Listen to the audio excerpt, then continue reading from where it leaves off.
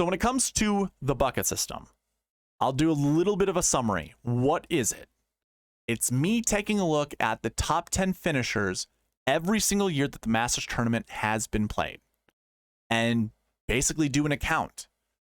Looking at 6 stat categories. So this first one is the last year bucket. I'm looking at golfers' the previous year's result, putting them all in a bucket, and I have these by 20-point places, and then basically doing analysis on that. How many golfers from each bucket are being represented inside the top 10? And just to give you a little bit more clearer picture of what that looks like, here you go. Again, I do a count for each of these buckets. Here's your top 10. This is what's being pulled from the bucket system. I'm looking right here, solely right here. Now, when you go to the cheat sheet, again, there's a link for this in the description. I include the bucket system. There are top 5 frequencies. There are top 20 frequencies. There are cut-made frequencies to go along with the top 10 frequencies. Now, why I include all of that is so you can do your own homework. Be comfortable with the players that you're selecting based off of those frequencies. Those are all derived from what you see on the page. Now, I don't show this because it's usually an eyesore for most people, but I'm recording every golfer in these buckets that finish inside the top 10. And then we go by what was their success rate? What was their frequency rate? Of all golfers that were in this bucket, and when I'm looking at last year bucket 1, we're looking at top 20 finishers at the Masters the year before. All those golfers in the very next year's tournament, how many of them finish inside the top 10? And that's where we get a success rate. We also get our frequency rates depending on, is there at least one golfer or more from this bucket inside the top 10 that represents the top 10? Of course. And you can see one of the most important buckets is that last year bucket 1. Now, these are your best golfers in the field, typically guys who play well at the Masters every single year. The lowest number is 2.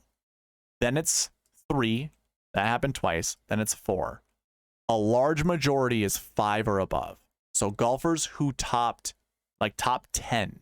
And it's really the top 20 that finished top 10 the next year. So if we take a look at 2022, for instance, and I go over and we look at the last year result, and we compare it to the golfers that are inside the top 10. So you can see this on the screen. Scottie Scheffler had a top 20 the year before he won. Cam Smith was up there. He finished 10th the year before. He finished 3rd. And we have 3 golfers here, 18th, 2nd, and 8th place the year before, and Morikawa, Will Zalatoris, and Corey Connors. You had 5 golfers in 2022 that finished inside the top 10 that had a top 20 finish the year before. Now, a lot of this, you also have to use your brain.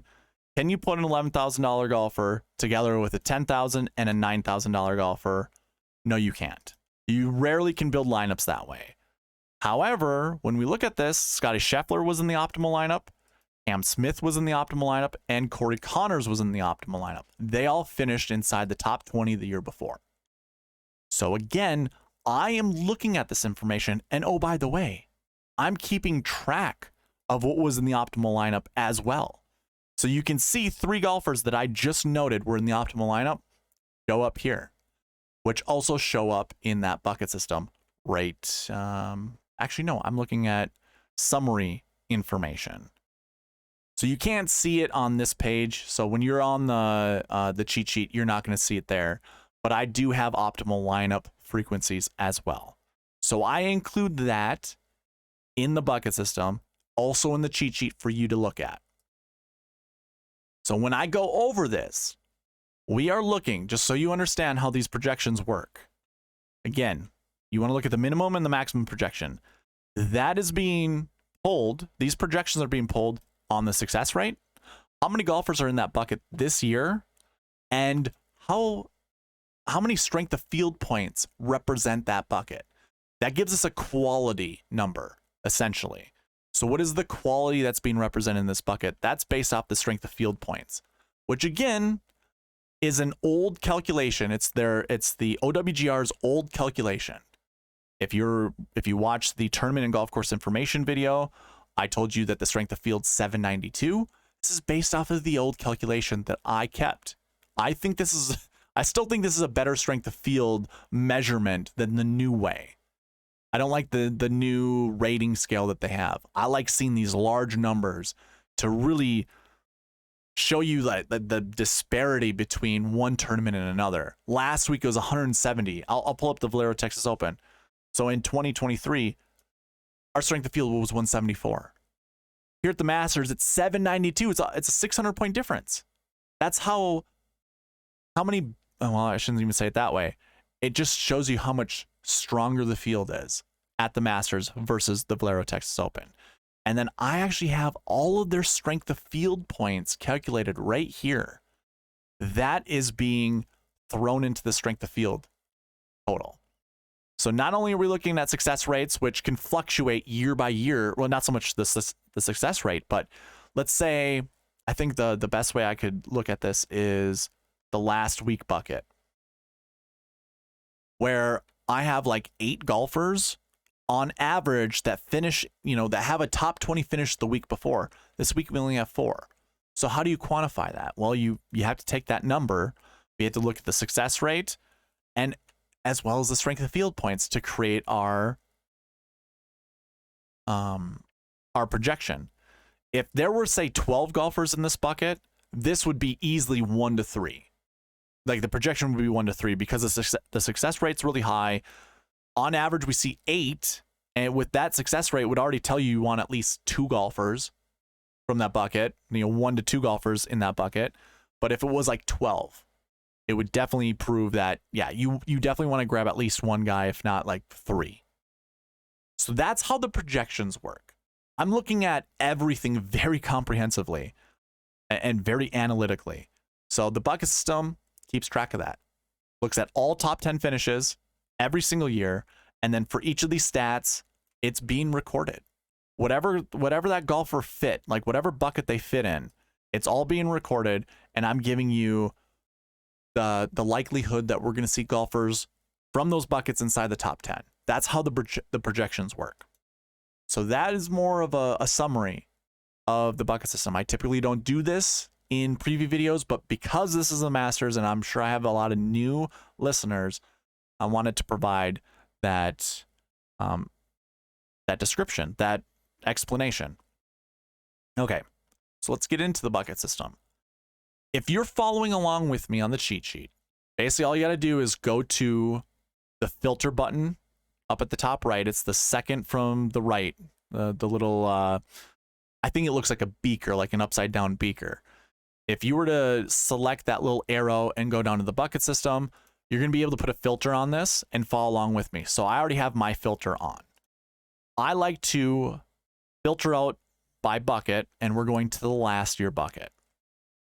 And we're just going to look at all golfers from these buckets, try to determine what's really the likelihood of a golfer from this bucket being inside the top 10. And really, how many golfers do we expect? So basically, we are looking, this last year bucket, every golfer in the field this week, what was their finish last year? That's what fits them in this bucket. And again, we're looking at success rates. We're looking at frequency rates inside the optimal lineup. We're looking at all that information to try to figure out how many golfers are going to be inside the top 10. I'm projecting 2 to 4. 2 to 4 golfers from this bucket. So let's take a look at who they are. Also, if you're following along with me on the cheat sheet, I'll go here as well. Go to the dream sheet portion and put a filter on this as well, because I will be doing the same thing, and it's the easiest way to filter out by bucket. So once you do put a filter on this, go to the last year bucket, and it'll say LY left of the golfer's name. Clear out everything and then just select one. That way we're only looking at last year ones. So you can see what their finishing position was last year. Scotty obviously won this. Rory was second. Cam Smith, live golfer, by the way, 3rd place. Well, we have exactly 20 golfers in this bucket, which obviously shows up here. 20 golfers. We're projecting somewhere between 2 to 4 to be inside the top 10. Well, a lot of these golfers, I think we can feel pretty confident and them finishing inside the top 10. But it's 2 to 4 out of 20. So to me, what I would much rather do is kind of rule out certain golfers. To me, I'm going to rule out Charles Schwartzel. He's a live golfer. I don't really care to play him in my lineups. I don't think if it's really going to be 2 to 4, and oh, by the way, sometimes these numbers can be broken, but we're also looking at optimal lineups. And usually we don't see more than 3. So that, and you're going to have to hit the optimal lineup if you're going to take down the Millie Maker. Just throwing that out there. If you don't believe me, take a look at the past optimal and GPP winning lineups. A lot of times the GPP winner is within 3, if not like 6 points of the optimal lineup. You're going to want the optimal. So if we're not seeing more than 3, you got to make some hard decisions right here. Which golfers do you think are going to be in the optimal lineup? And again, I'm ruling out like Charles Schwartzel. I'm ruling out Kevin Na. I'm ruling out Jason Kokrak, Danny Willett, Cam Champ, Taylor Gooch, Minwoo Lee, Shane Lowry, and then I don't know what to do from here. Because I think the rest of the golfers actually have a pretty good shot at being the optimal lineup. But I'm going to rule out these 8 golfers. I can easily do this on my lineups. When I create my lineups, I might have FOMO and I'll play some of these guys in just one lineup alone, and that's it. But yes, I think I can easily, throw these guys out. I don't really feel confident in any of the guys that I've highlighted. But if we want like Corey Connors, Tommy Fleetwood, and then Matt Fitzpatrick all the way on up. Another golfer I might throw out is Will Zalatoris. The injury issues that he's had, I don't feel very comfortable in playing him. Hideki just had a solid finish at the Valero Texas Open. If he hadn't had that, I probably would also feel a little not comfortable playing him. So I have 11 golfers highlighted. I think any one of them could actually, I don't think Corey Connors is going to win the Masters. I don't think Tommy Fleetwood's going to win the Masters. I also don't think Matt Fitzpatrick is going to win the Masters. But I think they can easily be in the optimal lineup because they don't need to win the Masters to be in the optimal lineup. They could be 6th place, anywhere between 5th and 10th place. And I'd be comfortable playing any one of them. So quite frankly, I don't know which golfers. I know I'll be playing the 10K golfers in all of my lineups. I discussed this in the past optimal and GPP winning lineups. I think my strategy is going to be, if I'm creating 100 lineups, 30% of them are going to be Scotty, 30% of them are going to be Rory, 30% of them are going to be Jon Rahm, and then the remaining 10% will just be 9K golfers and below. But I am super confident that a 10K golfer is going to be in the optimal lineup, that I'm not going to avoid them. So when I look at this bucket, just to kind of go back to the summary of it, again, with the projection being 2 to 4, if I pick one of these 10K golfers, there might be a likelihood that, let's say if I pick Scotty, Rory could also be inside the top 10. And that would fill that bucket projection. It would make it successful. And the rest of these guys, they don't have to finish inside the top 10 for this bucket to be successful. And they might not even be in the optimal lineup. So you have to be aware of that. That's one of the first things that I made a mistake in doing, was religiously playing the projections. At least 2 guys. I need to put at least 2 guys, or I need to put at least 3 guys in my lineup because it's 2 to 4. I want 3. And then it ends up being 2 golfers being the optimal lineup. And that third golfer, despite being inside the top 10, or maybe not even inside the top 10, could finish top 20, would not help you win a GPP, although you're really close. So you gotta be mindful of that. Be careful. The projection is just 2 to 4 inside the top 10. So if you had top 10 bets, maybe you can use that information right here on the screen. Now, the next bucket is actually a pretty high successful bucket as well. It's the last year too, which is that 20 to 40 finishing place at the Masters the year before. So again, projection is 1 to 3. Don't see more than 2 in an optimal lineup, and it's not 100% frequency of getting one of these golfers in the optimal lineup. However, there's 100% frequency of at least having one of them inside the top 10. So, with that being said, think we kind of want to look at least one golfer in the last year 2 bucket, if not maybe one more. But I don't know if I'm very comfortable going to 3. So with that being said, Jon Rahm, well, let's actually rule some golfers out. Let's do what we did in the last one. I think I can rule out Sepp Straka, HV3, Seamus, Tom Hoagie, Bubba Watson, and I think that's probably it. I think I can rule out these 5 golfers kind of easily. I don't mind, by the way, 6K, I always say this, don't fall in love with a 6K golfer because they're there for a reason. I don't mind playing one of these guys here and there. Or let's put it this way. I don't mind playing any of these guys, but I am not anchoring around my lineups around those guys. These would be the 3rd golfer, I think. Again, that projection's 1 to 3. 1 to 3. I'm probably trying to find at least 1 to anchor my lineups around, if not 2. And it's not going to be these guys here. But I'll let the optimizer maybe select one of these guys just to fill in my lineups. But I am certainly not looking to try to play one of these guys. And even Russell Henley, I think probably right here. I could exclude these guys. So we're kind of looking, I could probably exclude Sergio if I'm being honest. So Patrick Reed and up, there's 7 golfers. You want to pick somewhere between 1 to 2 of these guys, in my firm belief. A lot of people are kind of talking about Tony Finau being a sneaky play. And if I'm not playing Jon Rahm, if I'm not starting Jon Rahm, I have no problem going to Tony Finau. And the rest of these guys, by the way, we have a bunch of live golfers here. We have Sergio, Patrick Reed, Joaquin Niemann. Bubba Watson's one of them down here, HV3. It's really difficult to determine what to do with the live golfers. So I don't mind playing here and there. I think I'm going to be quite brutally honest with you. Last week at the Valero Texas Open, there were a lot of content creators talking about Kazuki Higa being a good play in the 6K range. Like, I wouldn't mind going to him in the 6K range because he has really good Asian Tour stats. There is a big difference between a PGA Tour event and any other event anywhere else. Now, Live Golf had PGA Tour golfers, like, you know, pretty high caliber PGA Tour golfers going over there. So I'm not saying like a Joaquin Niemann is not a high caliber player. However, the fact he hasn't played on the PGA Tour in a while, that gives me a little bit of pause, a little bit of caution in playing these guys, but I'll still play them.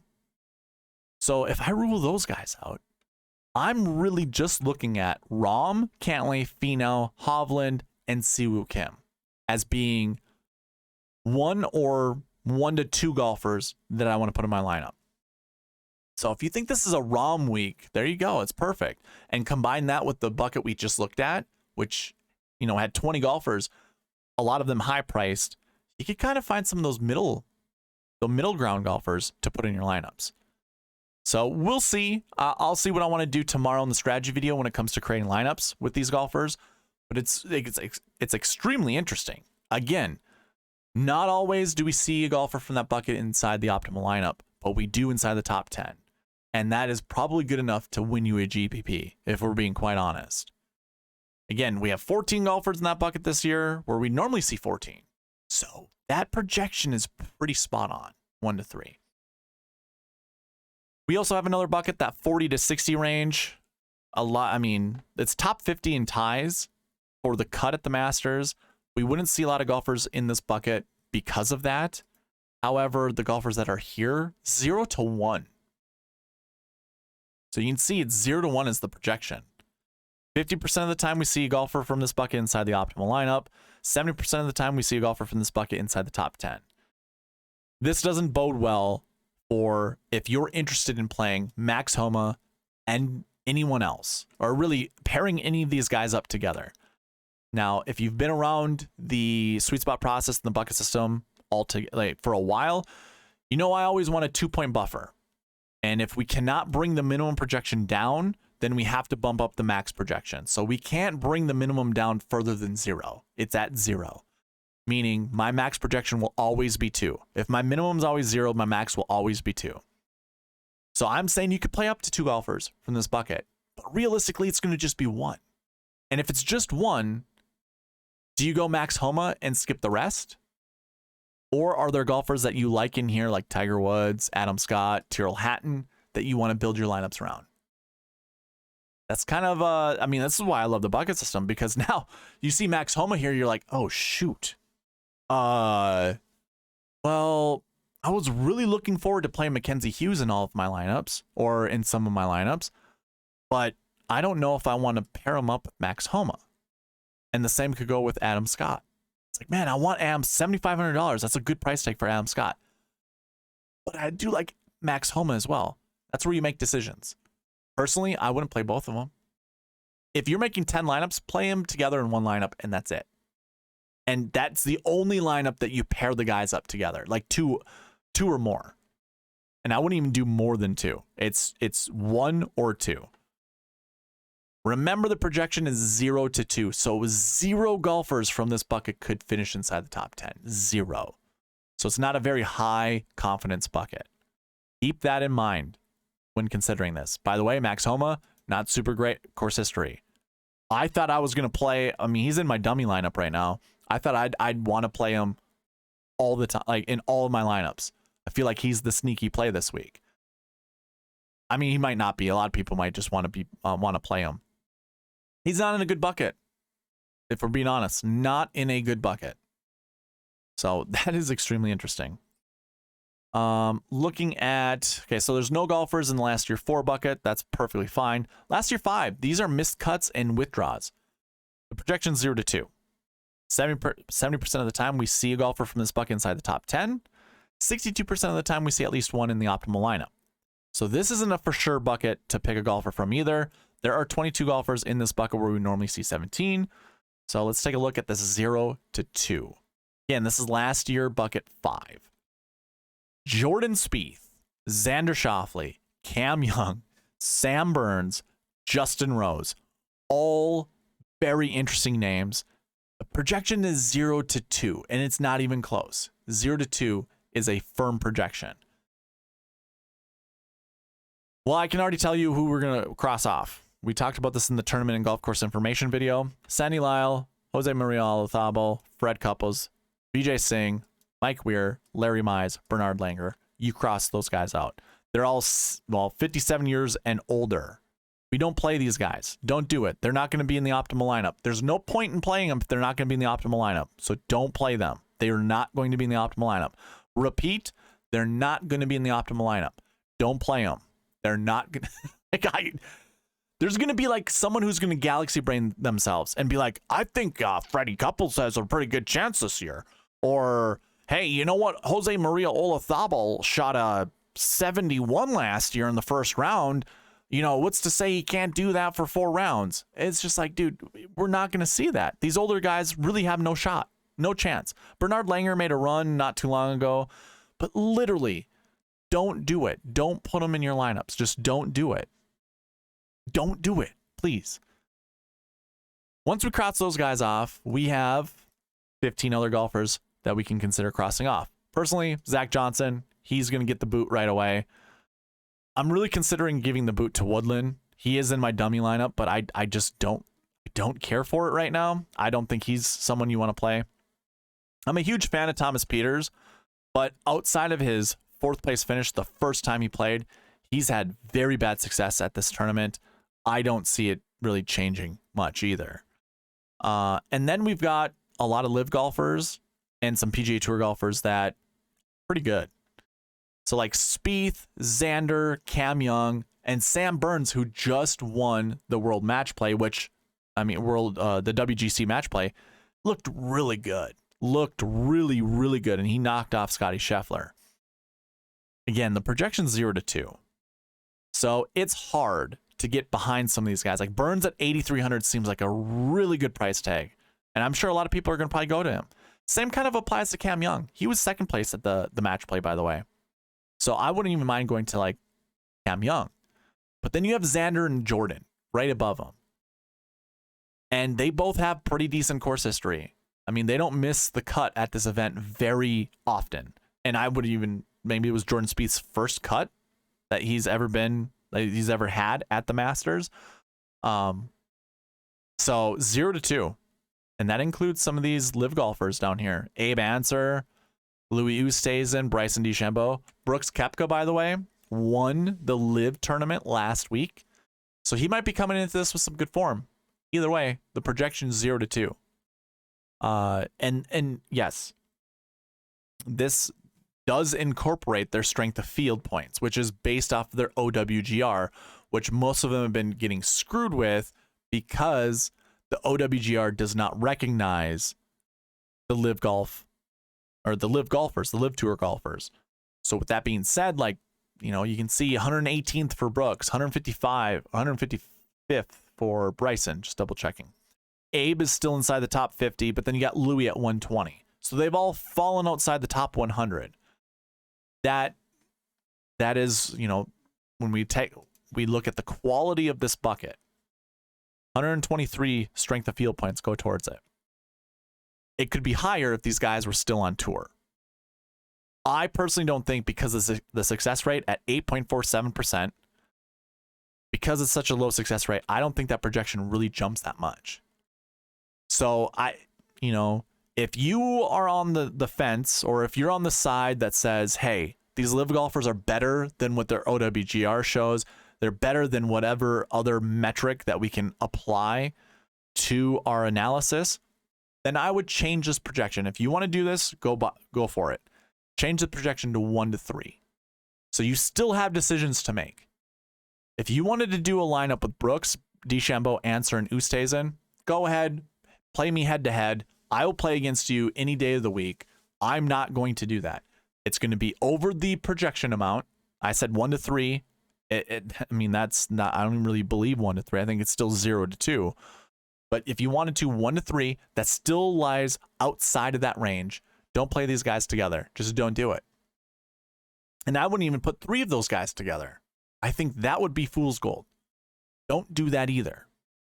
Again, the projection's 0 to 2, 1 to 3 if you think the live golfers in this bucket are better than what, you know, the OWGR considers them.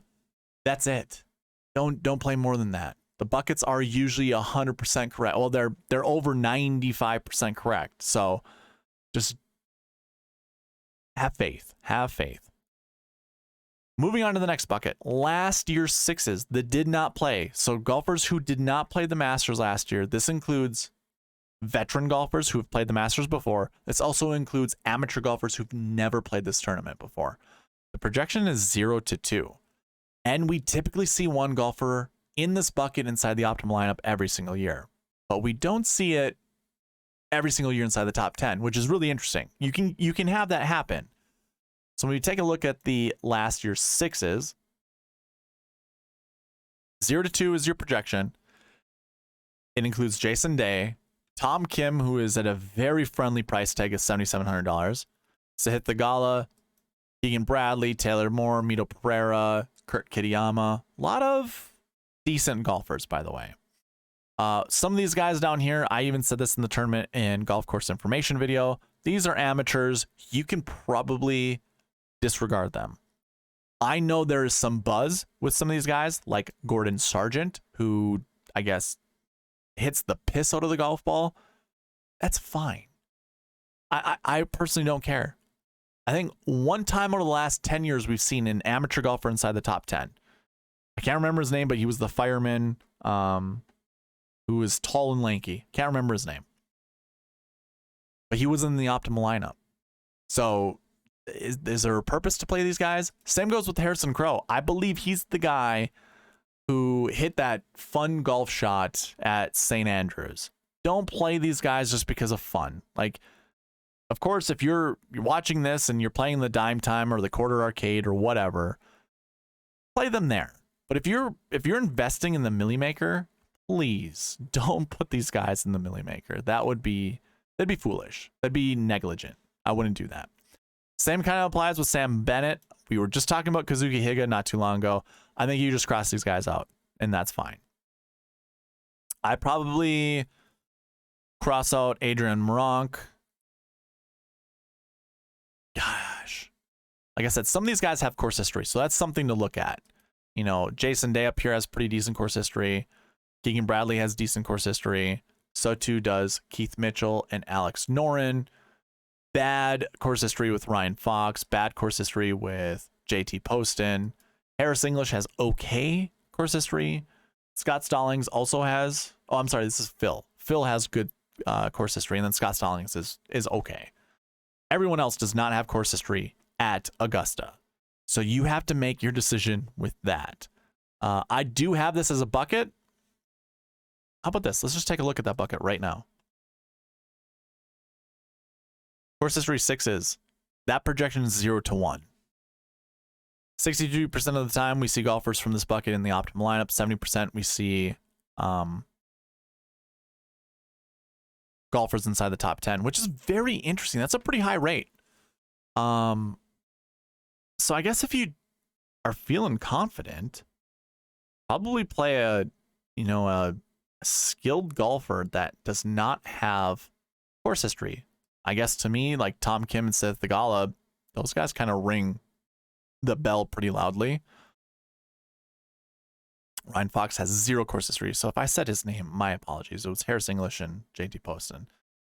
I wouldn't even mind someone like Kurt Kitayama. I think this is a good fit for Kurt Kitayama. Interesting. Svensson doesn't have any course history, nor does Adrian Moronk, but I probably could ignore both of those guys pretty easily. Gosh, Mito might be a good play here. The live tour golfer.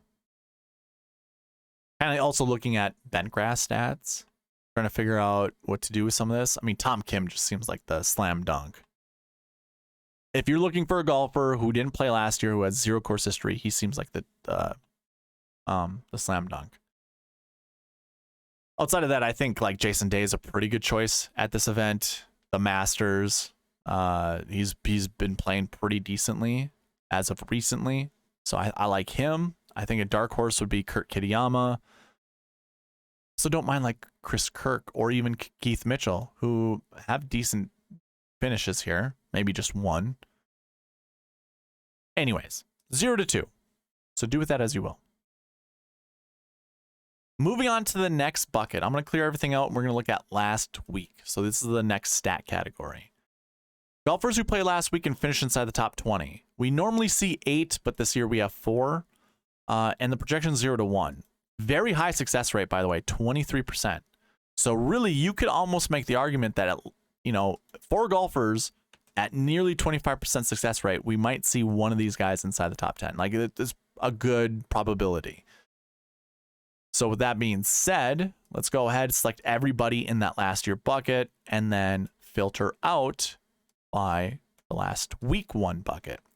So we have Hideki Matsuyama, Corey Connors, Chris Kirk, and Alex Noren. Now, Noren seems like the best play because he's the cheapest, $6,800, but really any of these guys would be fine. And Corey Connors to me seems like a pretty decent play. I think a sneaky play would be Hideki Matsuyama, but I would only play one of these guys. I wouldn't play more than that. So this also helps with building lineups. If you're only going to select one of these guys, you can't hamstring yourself when building lineups, following the bucket system. So that's your last week 1 bucket. Going to last week 2, that's that 20 to 40 range. We're also seeing 0 to 1 here. Normally we see about 5. We only have 2 in that bucket, so this is probably an easy one to get through. Siwoo Kim and Sepp Straka. So obviously don't play those guys together, but maybe we just skip them altogether. I like Siwoo much more than I like Sepp Straka, but maybe we just skip it altogether. It's not a high frequency rate of being the optimal lineup, not a high frequency rate of being in the top 10. It's pretty decent. Yeah, probably not the best one to go about playing anybody. I'm looking at my max, like these are my conservative projections over here, and I'm wondering why it's 1.36.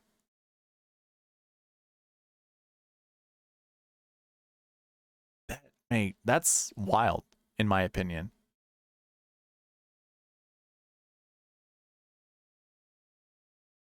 Huh. Okay.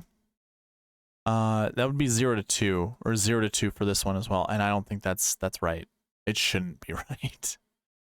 How does that does not make sense to me. Must be a high success rate, strength of fields, okay. Looking at the other page at all? Nope, it's just everything on this page. Okay, whatever. Moving on. Last week 3s, there's nothing to really talk about. There's no golfers there. Same goes with last week 4s. We don't have a lot of golfers that are from last week playing in this event. We have 11 total. But those that missed the cut, my projection is still 0 to 1. And again, there's always a 2-point buffer. So technically 0 to 2 is the projection.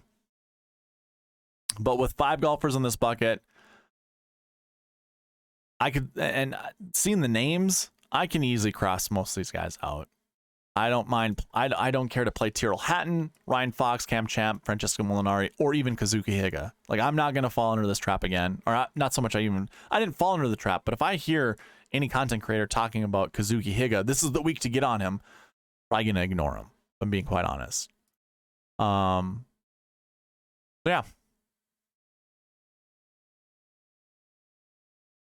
That would be your last week 5 bucket.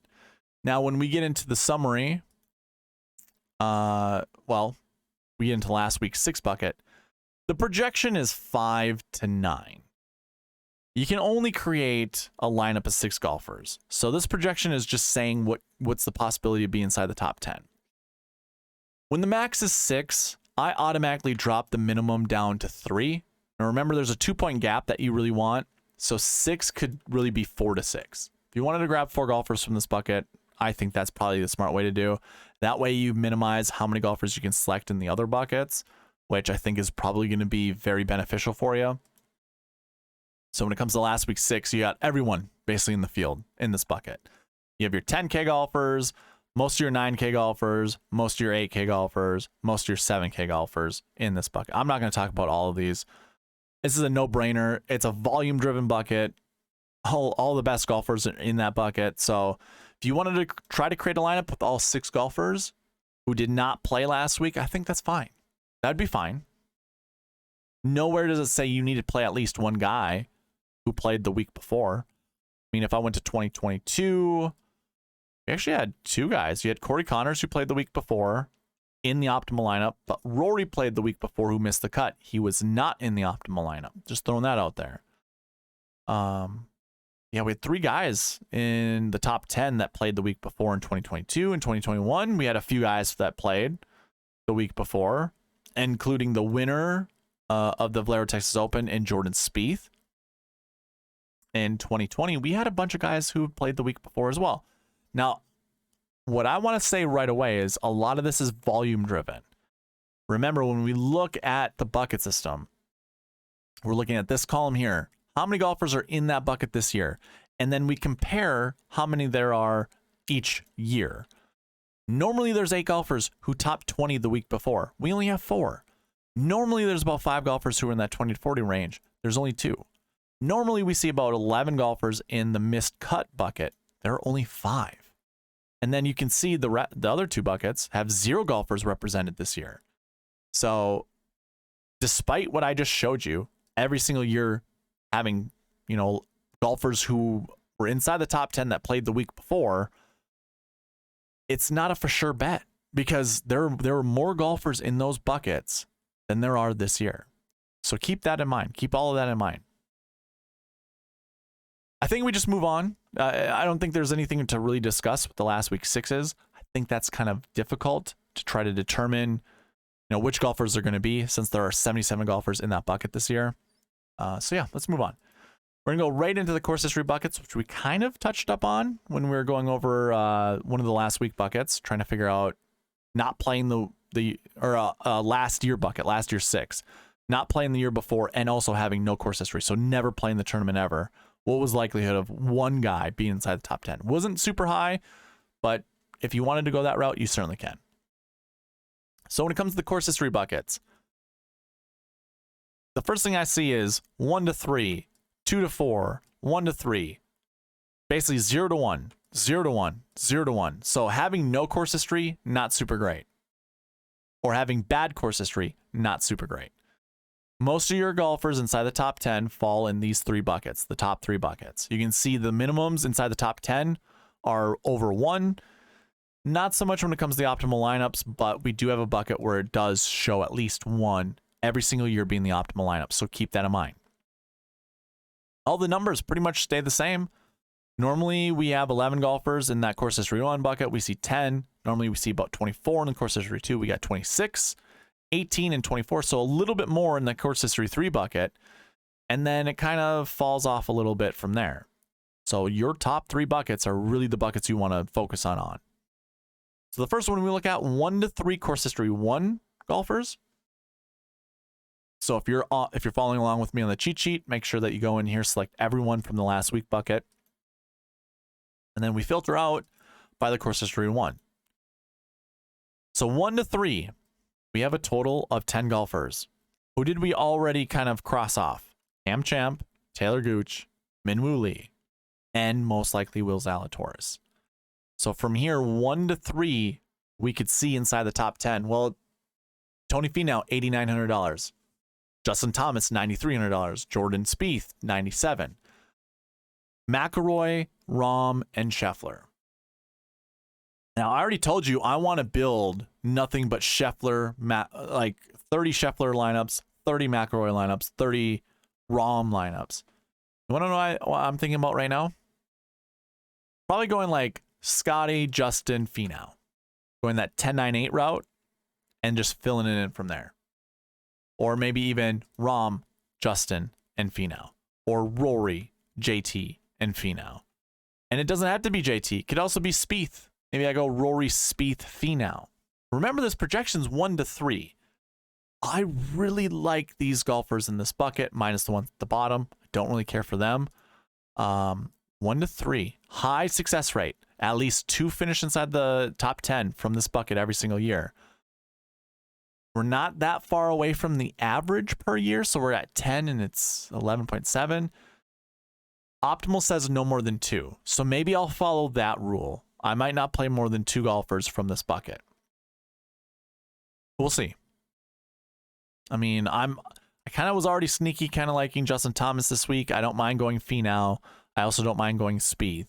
So maybe I will start a lot of my lineups this way, going Scheffler, Spieth, Scheffler, Thomas, and so on and so forth. So that's really interesting. I like that. That helps narrow down the player pool a little bit. Going on to the next bucket, course history 2s. The projection is 2 to 4. I do like to look at this column over here. Oh, I'm sorry, I opened it all up. I like looking at this column over here, the max projection, just to see what the conservative number is. This conservative max projection is 3.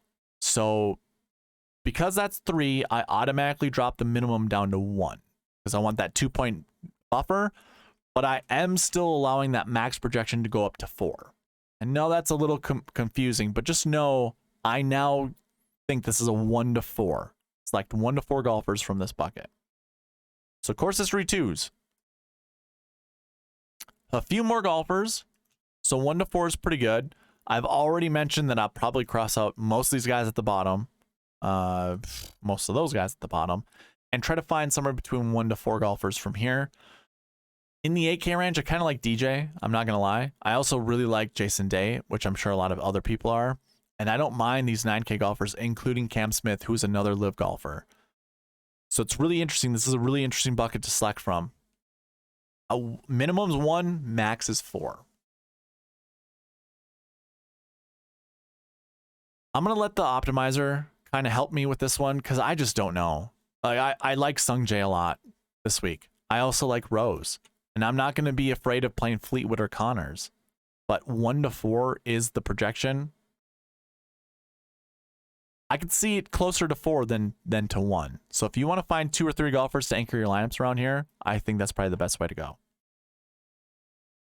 Moving on to the next bucket, course history 3s. Projections 1 to 3. Stays the same when I look at the other max projection over here. So if you're, again, following along with me, just go ahead and select course history 3 golfers.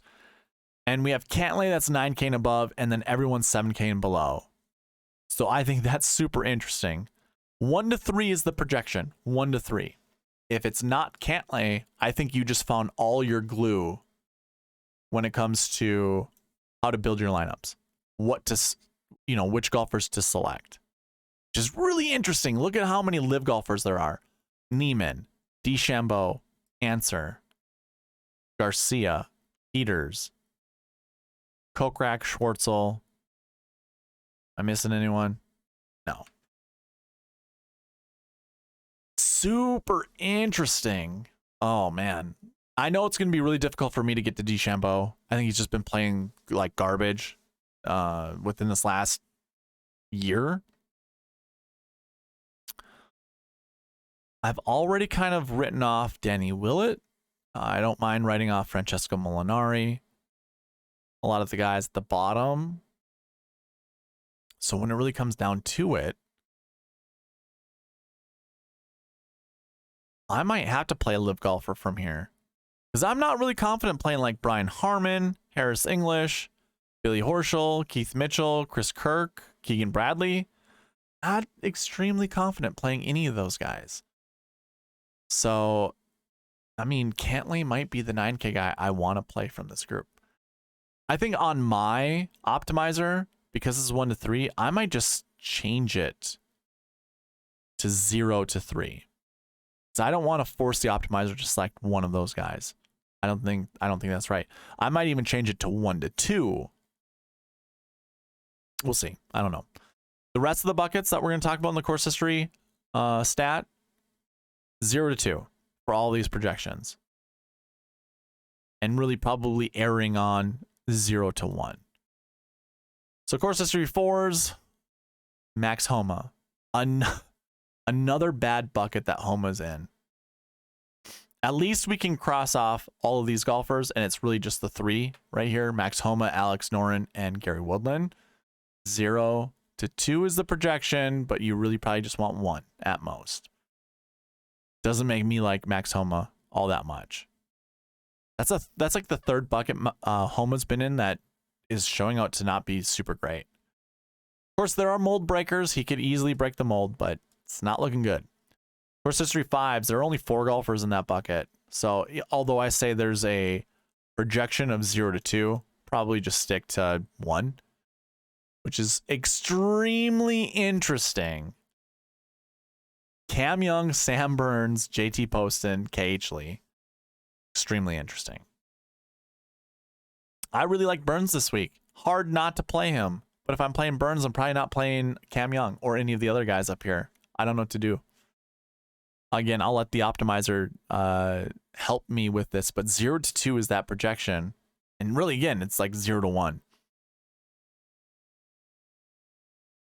Not a super high frequency rate inside the top 10. Not super high in the optimal lineup either. And 2 is really the max. So, man, Homa, not so much Homa. Well, Homa from the last bucket, but Young, Burns, and JT Post and KH Lee, they all have their work cut out ahead of them. Course history 6s. These are golfers who have never played the Masters before, ever. 0 to 2, but really probably erring to 0 to 1. Kim, Thigala, Moore, Mito Pereira, Kurt Kitayama. A lot of interesting names here. I would just select 1 and skip the rest. So maybe that's Thigala, maybe that's Tom Kim, maybe that's Taylor Moore, Mito Pereira. Yeah, probably just skip the rest. Just pick 1 and move on. And that wraps up the course history buckets. So I'm going to select everyone before we get into the recent form buckets. Again, if you follow along with me, just deselect course history and go to recent form. Now, recent form is kind of a mix here. 0 to 1 in this top 20 recent form. It's kind of what we're looking for. Typically, we see about 10 golfers, but we only have 6. Pretty high strength of field. Not a super high frequency rate of being the optimal lineup, and not super high when it comes to, 100% frequency rate when it comes to at least 1 guy in this bucket being inside the top 10. So let's take a look. Recent form 1s. Scheffler, Cantlay, Homa, Finau, Day, Hovland. Projection again, 0 to 2. I know the minimum says 1 and we round down, but we always want a 2-point gap and we always want to push the minimum down 1 whenever we can. And we can. We can go from 1 to 0. So the projection actually is 0 to 2. If you're feeling a little frisky, go ahead and play up to 3. I think that's fine. But I'm probably staying in between 1 to 2. Which is extremely interesting because if you do like Scotty Scheffler, you might want to not play the rest of the guys here. I bet you a lot of you are already thinking of going Cantlay Homa Finau or Homa Finau Day, or even adding Victor to your Finau Homa lineups or something of the like. Here's where the bucket system comes in and helps you. Probably don't do that. Probably not a good choice. Remember, the projection 0 to 2. Technically, it's 1 to 2. So just grabbing one of these guys, I think is fine. And I just feel like it's not Max Homa. I don't think it's a Max Homa week. Finau seems pretty plausible. I obviously like Scotty. Let's put it this way. If I'm starting Scotty, I'm only playing one of these guys and moving on. I might not even play one of them if I do go Scotty. Super interesting. Super, super interesting. So that's your recent form 1 bucket. Going to recent form 2, that projection is a little higher, 2 to 4. And that kind of stays the same with the conservative projection. So recent form 2 golfers include Rory McIlroy, Jordan Spieth, Justin Thomas. You can see the rest of these guys. This is a little easier to get to. I mean, on the optimizer, I will select 2 to 4 for sure. I think that's really easy. 2 to 3 is probably, you know, like a very confident number to select from. Is this a Rory? Is this Rory's year? He's in this bucket. And I really like JT this week, by the way. I don't even mind like a JT Xander lineup. But the fact is, the projection 1 to 3, really 1 to 2 being the best. Actually, no. I think I had that wrong, right? 2 to 4. 2 to 4. So selecting at least two golfers, I think is probably the smart way to go. Especially when no one's super expensive. You could definitely jam at least 2 of these guys in your lineup. 4. Wow. Rory, JT, Sungjae. I think that's a very decent start. And we've seen Sahith Theegala in a lot of these buckets that he and like a handful of other guys are the only ones you want to choose from. It might be a Theegala week. Or even a Taylor Moore week. Because those guys are usually, yeah, they're in all the same buckets. Theegala and Moore are in the same buckets. Interesting stuff, man. Interesting stuff. Next bucket is recent form 3s. I'm looking at a projection of 1 to 4. 1 to 4. And that stays the same with the conservative projection. So, a pretty wide projection here. Goes Jon Rahm at 10,000 and then drops down to 8K. And there are golfers in here that we've kind of already talked about crossing out. 1 to 4, by the way. You want to select 1 to 4 golfers from here. If it's not Theegala or Moore, I wouldn't mind going to Tom Kim for golfers who've never played this event before. You know, he shows up in this bucket. This is obviously a successful bucket to choose from.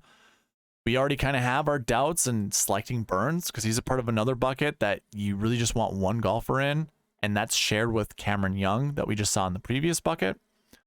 Kind of crossing out Will Zalatoris because of the back issue. Hideki doesn't seem like a terrible play. I've already said I like Kurt Kitayama this week, so I don't mind that either. The rest of them, though, kind of iffy on. Again, I'll let the optimizer do its work to select golfers from here. Again, I'll be playing 30 Jon Rahm lineups, so there's no question I'll at least play, you know, I'll grab one golfer from this bucket 30 times in the name of Jon Rahm. So I'll definitely hit that projection just by selecting Rahm. The rest of these guys are really interesting, though, honestly. I wouldn't mind playing most of these golfers in this bucket. Moving on to the next 3 buckets, just like the course history buckets, these are kind of bad buckets to select from. So recent form 4 is at 60 to 80 range. That's not a very good, that's not a very good recent form. Recent form 5 is that miscut to withdraw range. That's also not a very good bucket to select from, and recent form 6s. No recent form on the PGA Tour in the last 7 weeks. Those would include your Live Tour golfers. So when we look at recent form 4s, remember 0 to 2 is a projection, but really 0 to 1. Not a lot of good names in here, so if you're thinking about pairing some of these guys up, probably don't. Which I certainly won't. I think I'll set this bucket to 0 to 1. Yeah, 0 to 1 also kind of matches with the optimal lineup, and it's not even a high success rate, so I'll definitely keep this to 0 to 1, and there's really no one that I care to talk about. Oh, I included recent form 5s. My apologies. So here's your recent form 4s. Same thing applies. It's 0 to 1. I don't see a golfer that I really care to play. Recent form 5s. Yeah. Again, it's technically... The last bucket also was technically 0 to 2. This is also technically 0 to 2, but realistically for me, it's 0 to 1. And this one's also 0 to 1. I don't think I'll play any of these guys. I think I can move on pretty easily. Then we get to our Live Golf, our Live Tour golfers, our amateurs, and really our Champion Tour golfers. That's everyone in this bucket. This will be really interesting. Now, I'm only projecting 0 to 1. 0 to 1. That has a lot to do with the success rate right here. I think if I bump this up to 20, does it change? Yeah, so if this was a 20% success rate, then we're looking at 1 to 3. Because it's so low, and of course this would be different golfers than Live Tour golfers. What if we bump this up to 10? 0 to 2 would be our projection. And I think I'm okay with that. Kind of looking, 0 to 2 is going to be the projection either way. Don't play more than 2. Really, don't play more than 2 from this bucket. It includes Cam Smith, DJ, Neiman, Brooks. So, quite frankly, my advice is don't play more than 2 Live golfers. That would be my advice. It will be extremely interesting this week to see what happens, though. But yeah, that would be the conclusion of your recent form buckets. So that was recent form 6, 0 to 2. Don't load up on Live Tour golfers. Doesn't look like it would be really good. I mean,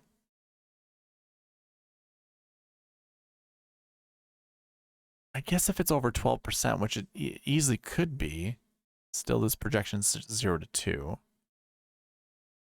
Huh. I'm trying to get like a good grasp of what would this projection be if Live Golf had been playing for like the last 10 years. Because there's going to be some golfers that are in this bucket that obviously like Cam Smith, Dustin Johnson can propel this bucket up to. So let's see here. We think every year 2 out of, well, there's 30 golfers. Say 3 out of 30, so that'd be 10%. I think that's fine. 10%. It's 0 to 2. Okay. Glad to talk that one through. Now that we got through those 4 buckets, the next one to go to is salaries. We don't have to look at golfers for this bucket. Basically, it's just kind of an idea. This is going to be a little bit off of, or this, you can combine this with the Pass Optimal and GPP winning lineups.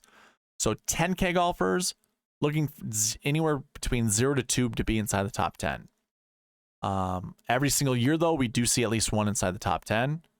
And when it comes to the optimal lineup, I think this is 5 out of 6 years we've seen a 10K golfer in the optimal lineup. 5 out of 6, which is pretty good. I would take those odds. And I definitely do not mind playing one 10K golfer, despite there only being 3, where we normally see around 5. 50% success rate. Of all 10K golfers playing all the way back to 2015, every single one of them that's put into this pool, how many of them show up inside the top 10 is at a 50% clip. So I think we're going to see that this year as well.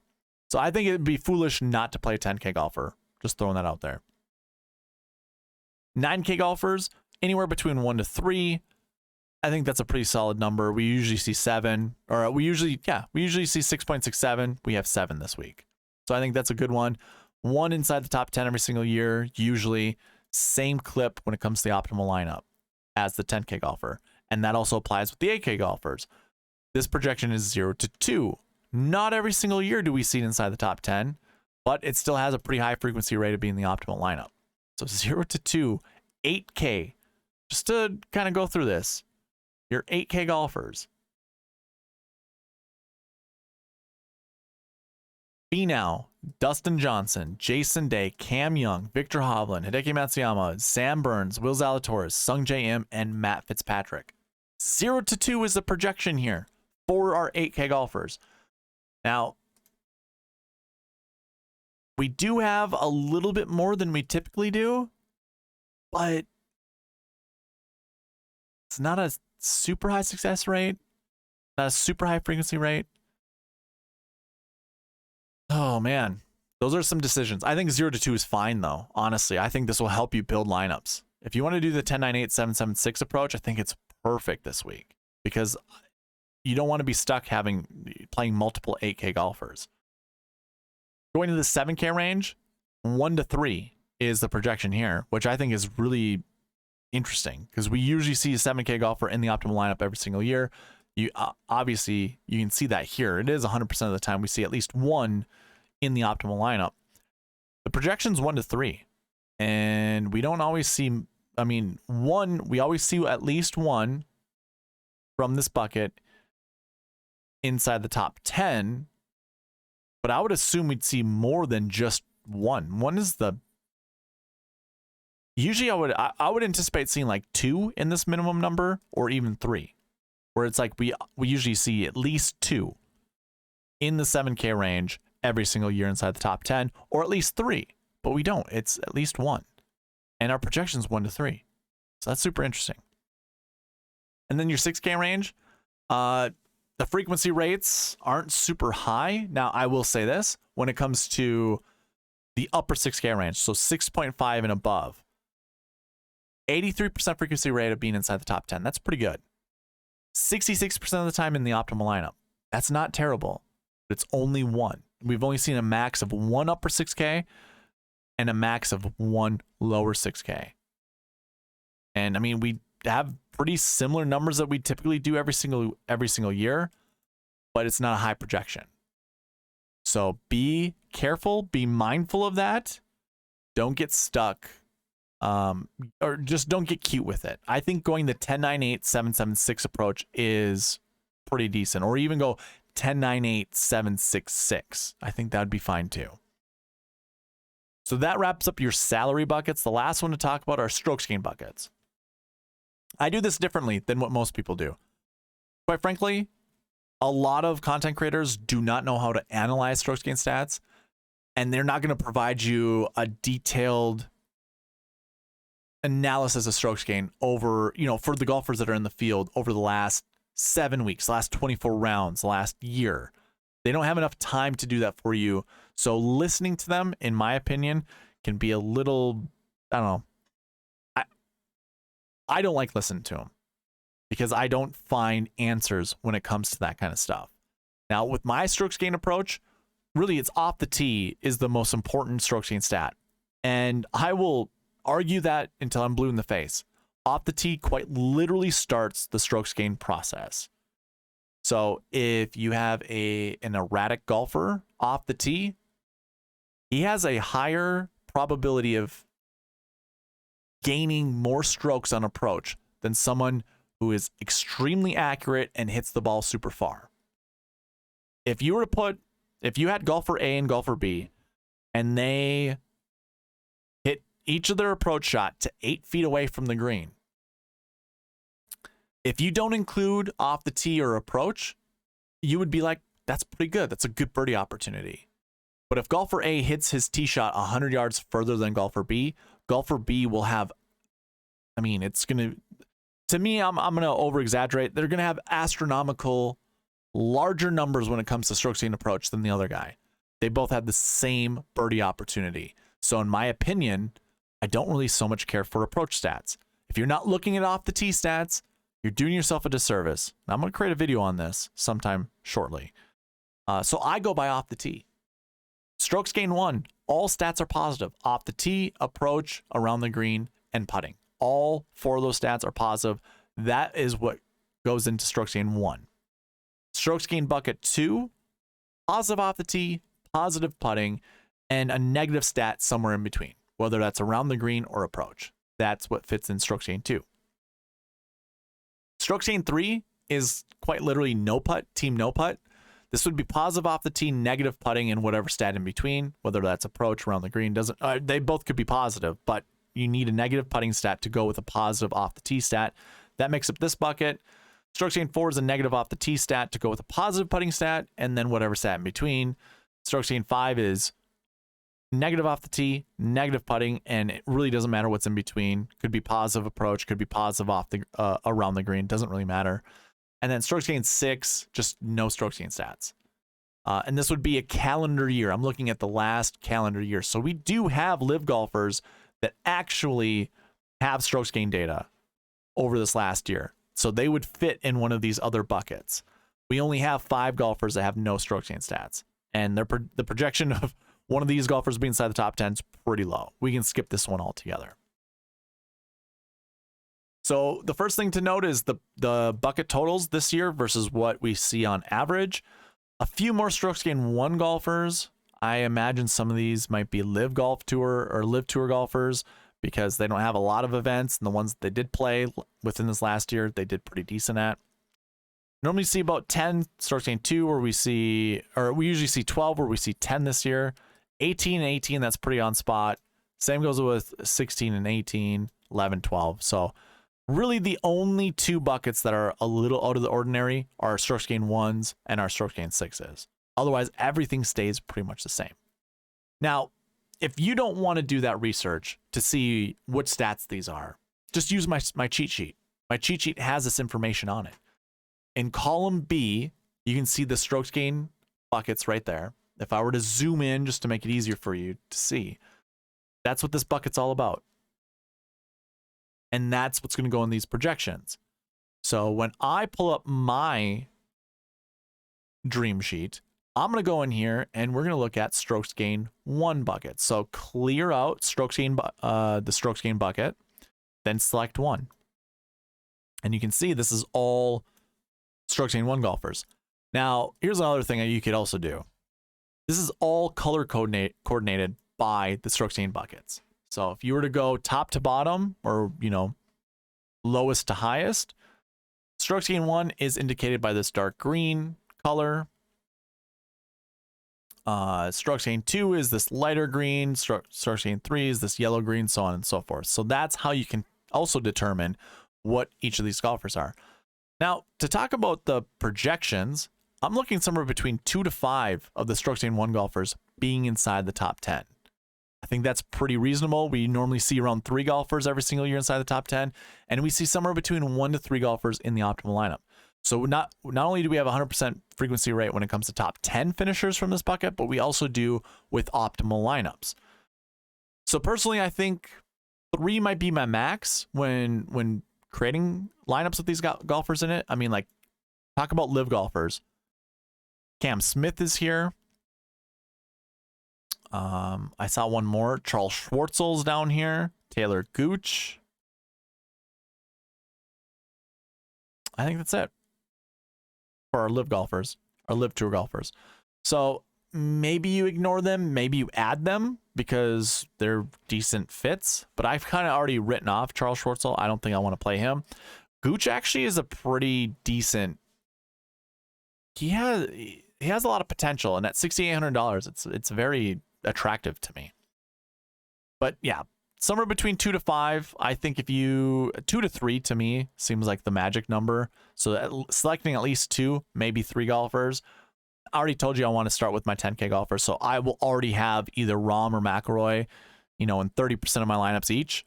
So that makes that pretty easy to select the next golfer from here. I don't mind going Spieth or Cantlay. Remember, we kind of already talked ourselves off of Max Homa. Don't mind Xander. I really like Tony Finau. I also like Jason Day. I like Sung Jae Im. Tom Kim seems like a good play too. And so too does Kurt Kitayama. Lots of choices here. And I think my optimizer will probably have the most difficulty not choosing one of these guys. Like, I'm sure if I don't put in my own conditionals and I keep it to 2 to 5, it will try to select 5 golfers from this bucket to put in a lineup. And I think I would really just want it to have a max of 4, because I think a lot of these top price guys are going to be the guys inside the top 10. So that's kind of how I would build lineups based off of this.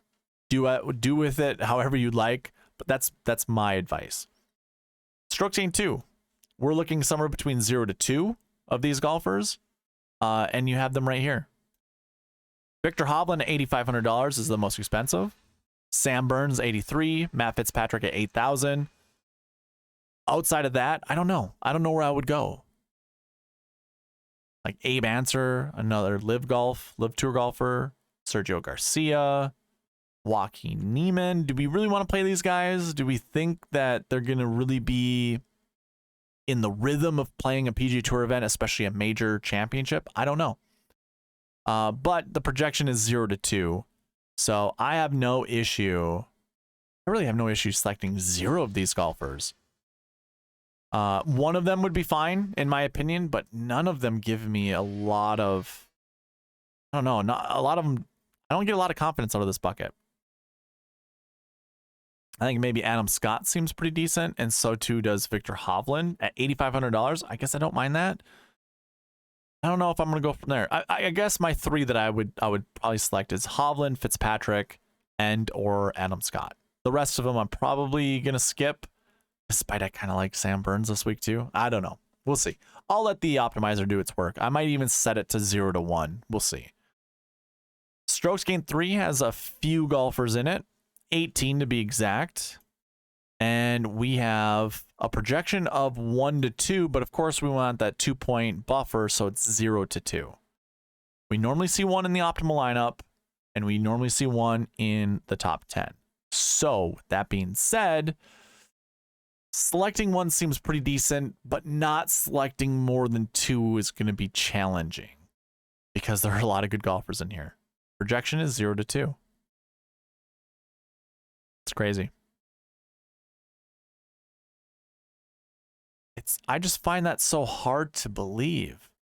0 to 2. Scheffler, Thomas. I mean, okay. As I look at it, hold on. I see the 0 to 2 now. I wouldn't play Langer or Bennett or Kokrak or Champ or Fox or Woodland or Watson or Henley. And the rest of these guys I'm kind of iffy about. I don't think I'm going to play a lot of DeChambeau. I'm also not playing any Shane Lowry. So now I'm down to 8 golfers. So 0 to 2 actually becomes an easier number to swallow. Like, if you're doing any Scotty JT lineups, don't play any of these guys to go with them. I think that's how you want to look at it. I do like Dustin Johnson this week, so I don't mind putting like DJ in some of my Rory and Rahm lineups, but DJ and Scheffler, that's challenging. We'll see how it goes with the strategy video tomorrow. Again, live at 7 p.m. Going to the next bucket, strokes gained 4. To show you what that projection is on the screen. It's also 1 to 2, but again, that 2-point buffer drops it down to 0 to 2. We typically see 1 golfer from this bucket inside the optimal lineup as well as the top 10. So that's super interesting, and it starts with Justin Rose, which I think has wonderful course history at this event. I don't mind playing Justin Rose this week. Thomas Peters, never mind. I already kind of crossed him out. I've crossed out Weir, Mize, Kisner, Johnson, Higa. I don't think I want to cross out Stallings. I think I like him. Probably Moronk, Willett, crossing those guys out. Probably Mac Hughes and Sepp Straka. I did cross off Peters, Hoagie, and I think I did also Seamus. I'm also going to cross off Horschel. So it doesn't really leave me with anyone outside of Rose, Patrick Reed, Harris English, and Scott Stallings. I just don't care to play any of the other guys. Again, this is a bucket that we're projecting 0 to 2. So definitely don't play more than 2 of these guys. I think that would be fool's gold, and I think you're going to hurt yourself more doing it that way. The next bucket is going to be really interesting because I already saw some of the names. Strokes gained 5. Koepka, Woods, Oosthuizen, Molinari, HV3. I mean, the technical projection is 0 to 1. We don't see more than 2 from this bucket in the optimal lineup, and we really don't see more than 1 inside the top 10. Not a high success rate, not a high frequency rate. I'm cool with ignoring this bucket altogether. Hot take. I don't care that Brooks won the tournament last week. I also don't care that Tiger's in this. I mean, I do care that Tiger's in the field, but for my DFS lineups, I don't care. And Oosthuizen, who I would just normally just throw in and make sure I'm playing him, I'm cool with not playing him either. I'm gonna limit this bucket to 0 to 1 and leave it there. Despite what my rules are, 0 to 2, I just don't see it. And then that other bucket, strokes gained 6. These are all your amateur golfers. Harrison Crow, Matthew McLean, Ben Carr, Mateo Fernandez de Oliveira, and Gordon Sargent. I've heard some of these names. I've heard how good they are. I've heard how far they hit the ball. I don't care.